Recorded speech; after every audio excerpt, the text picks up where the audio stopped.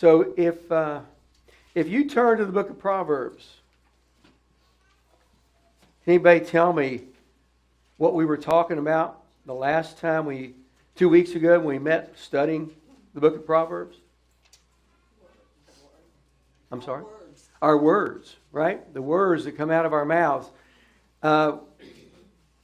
We kind of got about halfway through that, and I'm not going to take that long, but there are some verses I want us to look at just to kind of finish up the theme of speech and the words that come out of our mouths and the importance of it and the impact it has on people's lives around us, for good and for bad. So as we do that, I mean, we're really looking at some different proverbs and then just reflecting on what we can take away from these proverbs. And then after that, the next theme we're going to pursue is looking at what Proverbs has to say about people of integrity or about people of godly character. And of course, there's various themes that run through Proverbs, and we're going to be taking a look at all of those as we go along. So let's go to Proverbs 16, verse 24. Proverbs 16, verse 24. And that's our starting point. Again, right now we're looking at several proverbs that teach us about our words and the impact of our words. So Proverbs 16:24, pleasant words are a honeycomb. They are sweet to the soul and healing to the bones. Pleasant words are like a honeycomb, sweet to the soul and healing to the bones. Any reaction to that? Thought about that? Can you think of an example in your life when... Just this last week, I almost said things that I should never have said. Key word being almost. Almost, right. And then I went to the Lord, and I know that He would not be happy with what I was thinking. Okay. And going through Proverbs, as we have, you keep that in your mind. Mm-hmm. Which could you hear Janet in the back? She was saying in this past week, she came real close to saying some things that she knows that God wouldn't have been pleased with if she'd said them. I was angry, and I would have said hurtful things. And so you stopped. So I stopped. And you prayed. But what I want you to notice is what she said at the end of what she was saying. We've been going through Proverbs. Right. And we've been talking about and looking at the impact of our words. And to me, that's what caught you, right? That's what caught you. But to me, it's a perfect indication of why we need to be in the Word. Exactly. Because if we're in the Word, the principles of the Word are resonating within us and become a part of us, whether it has to do with our speech or anything else in terms of our lives. Yes, ma'am. Something just so simple as just say, that color looks so good on you, you look good. It just lifts your spirits. Sure. Somebody notices you, right? Somebody notices you.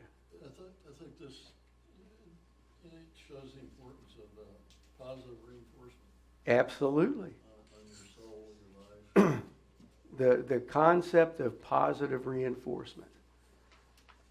And I think back to what we looked at in Ephesians 4. I think it was verse 29, but don't hold me to that. Where it was the challenge about make sure that what we say, what comes out of our mouths, is to build one another up, right? Now that doesn't mean we always have to agree with each other. But how we disagree with each other matters, right? How we approach it matters. Sure. Okay. let's go ahead and keep going over to chapter. Oh, wait a minute. Chapter 16, verse 31. This is if you have gray hair, you need to put this on a banner and hang it up in your room or something. Gray hair is a crown of splendor attained by a righteous life, right? There you go. You got to remember that proverb, okay? Back on track. 17:14. Some of these are tough, man. 17:14. Starting a quarrel is like breaching a dam. So drop the matter before a dispute breaks out. Ow. That's hard. That's hard. Can you picture? There's a very vivid picture there, right? A dam being breached, and what happens? The whole valley just rages in a flood. Okay?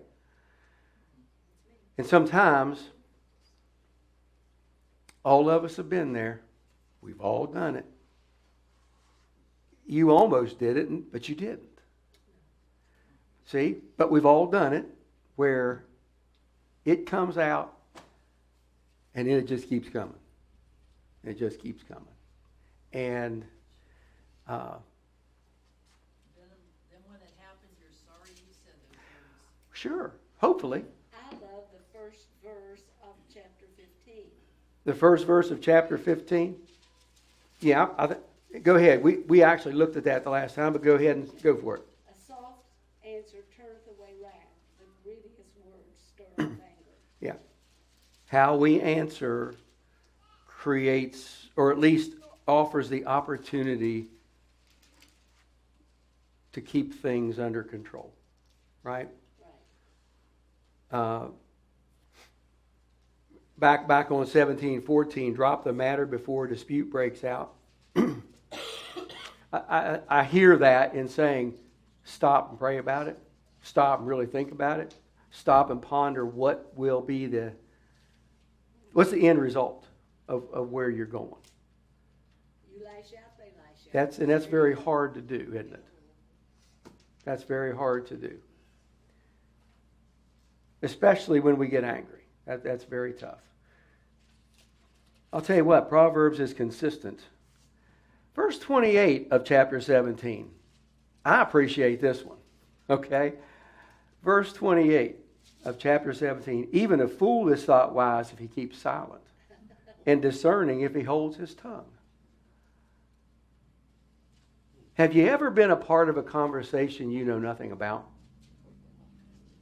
I am all the time. All right? It is a smart thing to just sit and listen. Just sit and Now listen. they know you don't know what you're talking about. Because when you open your mouth, they don't, they know you don't know. Have you ever talked with someone that was talking about something you knew they didn't know what they were talking about? Daily. Wears you out, doesn't it? Yeah. And they refuse to be corrected. And they refuse to be corrected. There's a lot of wisdom in these Proverbs. How about chapter 18, verse 13? Oh boy, here we go. He who answers before listening, that is his folly and shame. He who answers before listening, that is his folly and shame. That's verse 13 in chapter 18.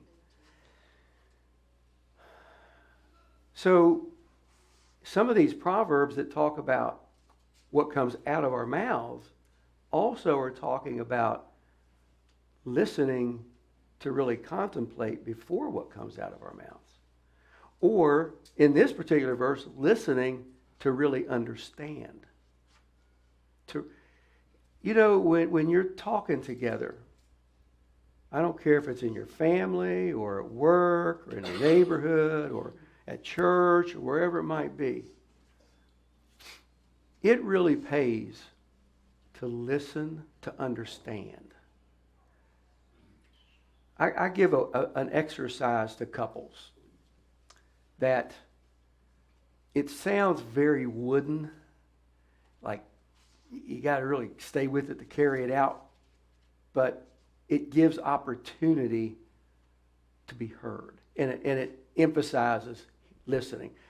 And it's like this. Let's say Jamie and I aren't seeing eye to eye on something, and we're just not getting anywhere. Because Jamie insists he knows what he's talking about, and I insist I know what I'm talking about. So for me to just be quiet for 5 minutes, up to 5 minutes, no more than 5 minutes. Say, Jamie, tell me what you're thinking. And listen. And I'm not allowed to say anything. Just listen. Except if I honestly have a question to clarify. Like, I'm not sure what you're saying there. I'm hearing this. Is this what you mean? Okay? So Jamie has 5 minutes to talk to me. And all I'm doing is listening with the intent to understand. And then when Jamie's done, and we have to agree, Jamie, at 5 minutes, you got to stop. Okay? And at the end of 5 minutes, I tell him what I heard him say. And then he can tell me if I heard him right. Okay? Then I have 5 minutes, up to no more. And then I share with him, how I'm seeing something. And he can only interrupt me if he has a question of clarification. And then when I've finished, or my 5 minutes is up, Jamie tells me what he's heard. And the only reason I suggest it sometimes is when we get passionate about things, we tend to not listen. We tend to, let me tell you how it is. Okay? And when you do that, what happens? Does the other person hear you? Mm-mm. No, because they're already thinking about how they're going to defend their position. See what I'm saying? So, you might keep that in mind. If you come at an impasse in any relationship, might be something. Say, hey, I remember Pastor Joel talking about some silly notion of giving each other 5 minutes. Okay, you might keep that in mind. I just soon let her win the argument, save 20 minutes of time. Oh, now wait a minute. What did you say? You just assume what now? She's not here, so I did. Oh, her. Her. I just let her win the argument and just, yes, ma'am, just you go ahead. You're in deep trouble. We're going to see how confidential this room is. Yeah, I bet they're not. I know. Okay. Let's go to chapter 20. Chapter 20, verse 19. Chapter 20, verse 19, Stephen. Okay. There are some good ones in here. Chapter 20, verse 19. A gossip betrays a confidence. So avoid that person who talks too much. Ooh. That's some hard stuff, isn't it? That's some hard stuff. A gossip betrays a confidence. Well, you know what? I bet every single one of us in this room know who we can talk to if we need to tell somebody something and they won't pass it on. And I bet every one of us in this room knows who we should not talk to if we want it to stay personal, confidential. Right? Now the question is, I have to ask myself, and we all need to ask ourselves, are we that person that somebody can come to and talk to us and know we're not going to tell anybody unless they ask us, can you let so-and-so know? Or can you pass this along and ask for prayer? Now, if somebody does that, that's a different story, right? But it's really important that when somebody trusts us with something, that they can trust us. Right? Any thought? before we go to the next one? I was just looking at 13, I can't handle that one. Of chapter, what? Chapter 20, 13, verse 13. Chapter 20, verse 13. We're going to change themes here for a second, aren't we? Janet's very taken by verse 13, which is not about our theme, but do not love sleep or you will grow poor. Stay awake and you will have food to spare. Well, by the way, one of the themes we will look at is the theme of being diligent and hardworking as opposed to being slothful, which is a very strong theme in the book of Proverbs. Okay, just a couple more. Go to chapter 25. Chapter 25. Larry, I think this was a verse you brought up. Chapter 25, verse 11. Apples of gold and settings of silver. Yeah. That was me. Yeah. In the NIV, it is translated, chapter 25, verse 11, a word aptly spoken is like apples of gold in settings of silver. Isn't that a beautiful image? And isn't that so true? You know, something I encourage you to do is when anytime you're going to be in any setting where you are going to be talking with people, not just in a group setting, but if you know that you're going out to dinner with somebody, you're going to somebody's house, or you're just going to sit down and talk with somebody about, you don't even know what yet, to pray about it before you get there, to really lift that up. I've tried to learn, and I see it makes a difference every time. I've tried to learn to pray before I do anything in terms of ministry or talking with someone, because God has an understanding of the situation I'm going into. God has an understanding of the needs of the people I'm going to be talking with, and I don't want to miss it, and I don't want to say the wrong thing, and I want to truly understand. And verse 11 of chapter 25 is just very true, and we've all been on the receiving end of that along the way.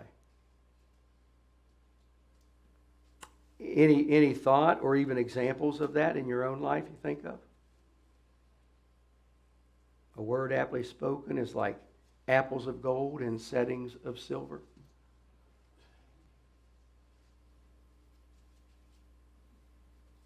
Can you give us one, an example? Anybody have an example? I have something written in mine, I was just Okay. Philip for that verse. The beauty and value of wise words spoken at the right time. Yeah. I mean, that's Yeah. I can give you a an example of... No. I'll give you an example from my own life that happened after a very, very, very difficult funeral service for someone who committed suicide. And it was a terrible situation, terrible circumstances. And, I really wondered how things went even after it was done. And Mike Hager, who's the pastor down at Fellowship. our neighbor. Yes, your neighbor. But he's down at the Fellowship Baptist? That doesn't sound right. Anyway, he's right down on Route 60. I didn't know Mike very well. And he came up to me afterward and he said, I really, really appreciate how you handled that. And the scriptures that you used, and I could just sense God speaking through you. And boy, I'll tell you, I've never forgotten that. And because that was very meaningful at that point in time. Sometimes you walk away and you're not sure if it was handled the way it needed to be handled. And But that's an example, Nancy, of, words aptly spoken, like apples of gold in settings of silver. Steve? The one before that, where Mm-hmm. you watch what you tell somebody because they'll blab, or you Mhm. trust this person will keep your secret. Mm-hmm. I hate to say this, it sounds. Don't name names, man. No, Joel, I won't name you. Don't point me out. There's certain people that you tell something to, and it gets all over the place. Sure. So I pick and choose things I say to those people to try to get it manipulated around. Oh, you just want to create a little. Just want to be aggravator. You want to start a little fire, right? I got you. See how big the fire can I be. got you. Well, with that in mind, let's go to Proverbs 26, verses 20 and 21. This is the last one that we're going to do for this theme. Proverbs 26, verses 20 and 21. Without wood, a fire goes out. Without gossip, a quarrel dies down. As charcoal to embers and as wood to fire, so is a quarrelsome man for kindling strife. Kind of an opposite picture in each of those verses, right? That's a really great analogy. Whether you're thinking of a campfire or a fireplace, that fire only keeps going as long as you keep putting wood in it, right? And if you don't put wood in it, it's going to die down until it just goes cold. To not add to the fire when you know there's upset, when you know it's going to hurt someone. The fire is an upsetting thing. In this, And if you add in this particular analogy. Yeah. I've heard an analogy about, the fire, that when you remove yourself from the fellowship of the church, you're like that piece of wood removed from the fire itself. And it doesn't take too long for that piece of wood to go out and just smoke and eventually go cold. And that's a whole different analogy. There's a lot you can do with the fires, but this is a wonderful analogy. Let's not be people that pile the wood on and make it worse. Okay? All right. Any other thoughts about? We've looked at a whole bunch of scriptures the last time, 2 weeks ago, and in this evening. As you can tell, that's a very important theme when it comes to this book of Proverbs.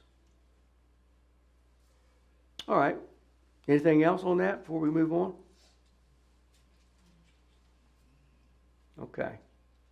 Let's look at another theme now, and you might stay right close by there and go to chapter 27, verse 19. We're going to change now, and we're going to talk about the theme of integrity and godly character. Okay? Integrity and godly character. And I put on the board a couple of definitions for integrity. I don't know if you can see it all the way in the back, and excuse my writing.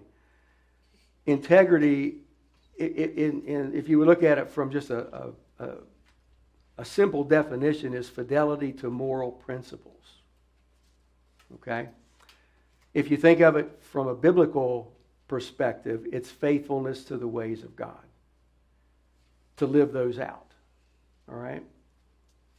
So let's take a look at a few of the proverbs we might check there. Chapter 27, verse 19. As water reflects a face, so a man's heart reflects the man. Now we're going to get to ponder. Now we're getting into the area where we get to ponder a little bit. As water reflects a face, Picture yourself standing at a lakeside or by a river, and you kind of look over, and obviously you see the reflection of your face. As water reflects the face, so a man's heart reflects the man. A person's heart reflects the person. Same as, do you like the man in the mirror? Do you like the man in the mirror? There's a whole ministry out there called Man in the Mirror Ministries. On Father's Day through the years, we've given a few books that come out of that ministry. Yeah. What do you think the writers? What's Solomon talking about when he talks about so a man's heart or a person's heart reflects the person? It's like what Jesus said about the heart. Out of the heart comes all manner of evil and Yeah. good. Yeah. Good trees. It really matters what's inside of us, right? Biblically, the heart means the very core and essence of who we are, what we believe, what's important to us, what our motivations are, all of that, our attitudes, it all comes out of the heart from what's inside of us. So, in other words, what comes out of us tells people who we are, right? Lets people see who we are. Mine says, so others reflect your heart back to you. Can you read that out again? It says, so others reflect your heart back to you. So others reflect your heart back to you. What do you, and you don't have to answer this if I'm not trying to put you on the spot. What do you hear that saying? As- Treat others how you want to be treated. Okay. They're going to treat you the same way. So in other words, how people respond to one another, how people respond to me is going to be dependent on how I respond to them. Right. Yeah. Yeah. Any other thoughts on that? I'm reminded of what Jesus said in the Beatitudes in Matthew 5:8. Blessed are the pure in heart, for they will see God. Matthew 5:8. Blessed are the pure in heart, for they will see God. Now, how many of us are pure in heart? Well, on our own, we struggle. Okay? On our own, we struggle. The closer we walk with the Lord, the fruit of the Spirit comes out, the purer that heart's going to be. Right? Matter of fact, another place, in a little different setting, this is a context of material wealth and whether or not to go hot pursuit after it. Matthew 6:21 says, for where your treasure is, there your heart will be also. Now, he's using it again in the context of material possessions and money. But it doesn't have, you can apply that to whatever your heart is tuned into, right? Where your treasure is, that's where your heart will be. And that's what's going to be evident to the people around us. Okay?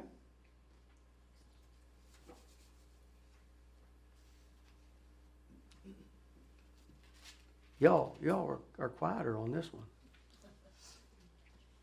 Let's go to the next one. Again, people of integrity, godly character. Let's go back to Proverbs 22.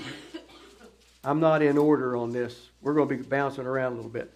But we're leaving Proverbs, okay? Proverbs 22, verse 1. A good name is more desirable than great riches. To be esteemed is better than silver or gold. Now, the first thing I'd have to ask you is, do you buy that, so to speak? Do you believe that? Would you rather have a good name to be esteemed than great riches and silver or gold? Everybody's different. That's an honest question, isn't it? Well, normally, if you have a good name, you're not hurting for anything.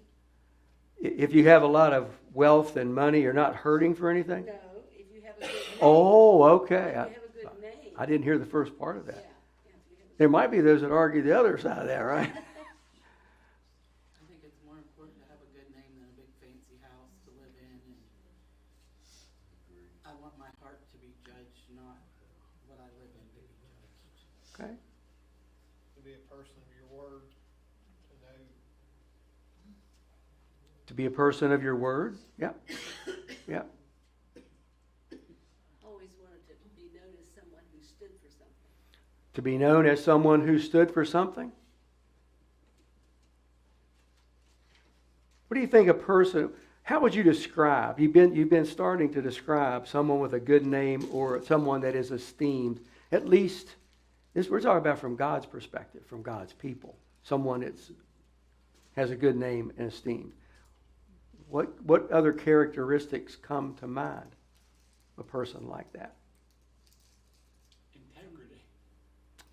Integrity, which goes right along with our theme, right? Integrity. You can depend on them. Depend on what they say. Depend on what they, not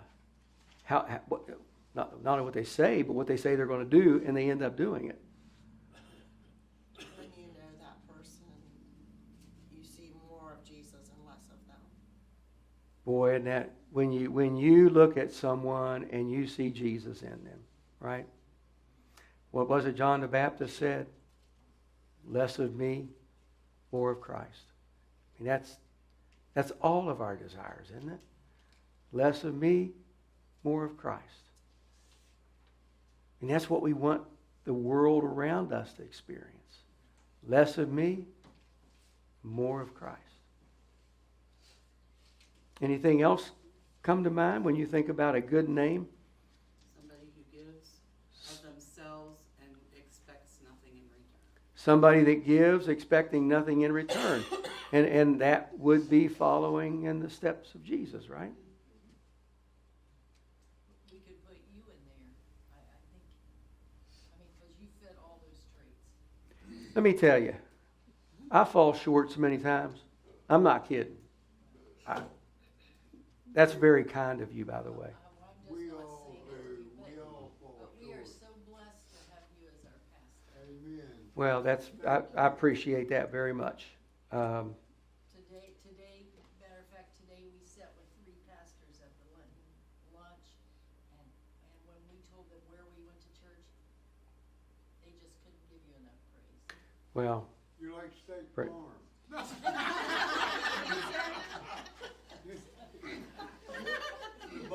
The body shop looks at the who's your insurance? State Farm. Oh man, bring him in. oh, State Farm is there, right? His integrity is intact. Well, there have been many times I have fallen way short of that. That is for sure. We all have. Yes, we rely on you greatly. Let's back way up to chapter 10, verse 7. Way up back to chapter 10, verse 7. Fat fingers and little thin pages. Or Steve, you can just listen as it comes, brother. Well, come on, read it. Hey, you know what verse 4 of chapter 10 says? Lazy hands makes a man poor. So we can't have lazy hands, Steve. I just saw it. Verse 7. I'll tell you, this hit me today. Verse 7, the memory of chapter 10, verse 7. The memory of the righteous will be a blessing, but the name of the wicked will rot. Whew, That's heavy. that's strong. But I'll tell you why it hit me. Yesterday was the funeral service for Lawrence Hoptry. He'd been a pastor for years and years and years, and that was just an amazing service to be a part of, just to hear his family speak, his grandson speak, and to hear fellow pastors speak. It touches me. The memory of the righteous will be a blessing. And that's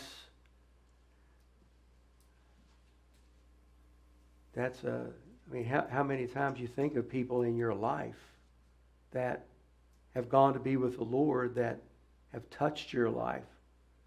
And when you think about them, wow. Just a blessing, right? Every one of us can name names. I don't know, anybody busting at the seams to name someone that's gone to be with the Lord, that's been a blessing in your life? Mike Derry. I was thinking that very name. Mike Derry. Yeah. Mike Derry and Mark Talk. Yeah, both those guys. Yeah. How about somebody that wasn't a pastor? It was what? Was not a pastor. Did you have somebody? My mother-in-law, Okay. Yeah, family. Both of our parents. Both of your parents, yes. Yeah. My family's the one that made me come here. My You mother-in-law. see, it's stuck. It's stuck. Your mother-in-law, Mary? Okay. Oh, I think there's so many names from this church that have gone to be with the Lord. Just in the time I've been here that I think, when I think about them, the memory of the righteous will be a blessing when I think about their lives. And I hesitate to even name names because I won't get them all. But there's many that run through my mind that left a great big old impact on me through the years. So, but boy, you put a flip side on that, the name of the wicked will rot. We don't want to be there, right? We don't be in that category. Any other thought there? How about one chapter over, chapter 11, verse 3?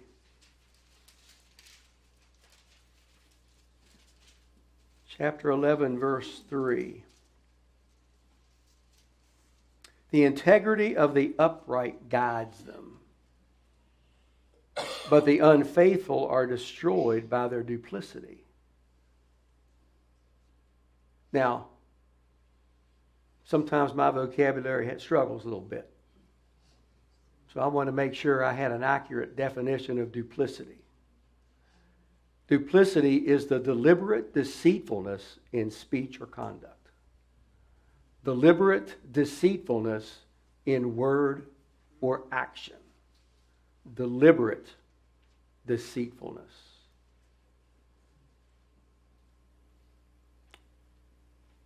Sometimes I think when it comes to the challenge of people as we connect to the church, it's the idea a duplicitous person is one who will tell you, I believe in Jesus and I live for Jesus, but everything about them tells you they don't. That's a duplicity. It's also hypocrisy. Okay? How's so duplicity? Say one thing, do another? Yeah. Okay. Intentionally. I mean, you know, knowingly. To deceive? Well, I don't know if, when people come to church, they're coming with a profession of faith, or at least they're searching. Let's simply say, if we profess Christ and we're insistent that we are followers of Christ, but we live Monday through Saturday without giving a thought, without just doing our own thing, without being in the Word, without praying, without seeking God's guidance, with not giving a thought as to whether what we do or don't do is going to be injurious to somebody else. See what I'm saying? In the very first part of that verse, the integrity of the upright guides them. In other words, their integrity in their faithfulness to the Lord guides them. Their integrity in their faithfulness to His Word guides them. In faithfulness to the Holy Spirit guides them. And there's a difference in living with that kind of integrity than not. That's real integrity. It is, if you live it, right? Again, that doesn't mean people don't fall short. but their heart is to do what God wants them to do. Okay?